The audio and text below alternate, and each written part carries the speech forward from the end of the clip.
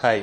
நிறைய வகையில் fat loss பண்ணியிருப்போம், ஷேப்பு கொண்டு வரணும்னு நினச்சி நிறையா விஷயங்களை ட்ரை பண்ணியிருப்போம். அதில் நிறையா விஷயம் ஒர்க் ஆகாமலும் போயிருக்கும். அது எதெல்லாம் பண்ணக்கூடாதுன்னா, கார்பு, ஃபேட்டு இதை ஃபுட்லேருந்து கட் பண்ணுறது, சாப்பாடை ஏதாச்சும் ஒரு வேலையை வந்து கட் பண்ணுறது, இல்லாட்டினா அதிகப்படியான ட்ரெட்மில் பண்ணுறது, இல்லாட்டினா டீடாக்ஸிஃபை டயட், அதே மாதிரி ஃபேட் பர்னர், இல்லை டயட்லேயே நிறையா ஸ்ட்ராட்டஜியை ட்ரை பண்ணுறது, இதெல்லாம் பண்ணக்கூடாத விஷயங்கள்.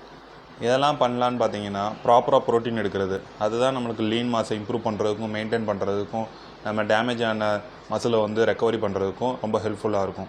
அடுத்து பார்த்தீங்கன்னா, கார்பு, ஃபேட்டு இதெல்லாம் இன்க்ளூட் பண்ண பாருங்கள். கார்பு தான் பார்த்தீங்கன்னா உங்களுக்கு பாடியோட மெயின் ஃபியூயல். ஸோ அதை எடுத்துக்க பாருங்கள். அது மல்டிகிரெயின்ஸ்லேருந்து சூஸ் பண்ணுங்கள். Other corps like sugar, sweets, chocolates இதெல்லாம் அவாய்ட் பண்ணிட்டு மல்டிகிரெயின்ஸ்லேருந்து எடுக்க பாருங்கள்.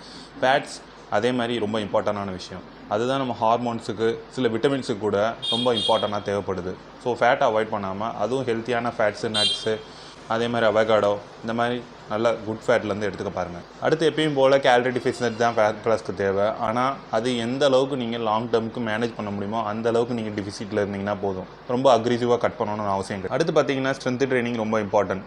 எப்பயுமே கார்டியோவில் மட்டும் ஃபோக்கஸ் பண்ணாமல் ஸ்ட்ரென்த் ட்ரைனிங்லையும் ஃபோக்கஸ் பண்ணுங்கள். அதுதான் நம்மளை மசில் இம்ப்ரூவ் பண்ணுறதுக்கு, ஸ்ட்ரென்த்தை பில்டு பண்ணுறதுக்கு, மெட்டபாலிசத்தை இம்ப்ரூவ் பண்ணுறதுக்கு ஒரு உதவியாக இருக்கும்.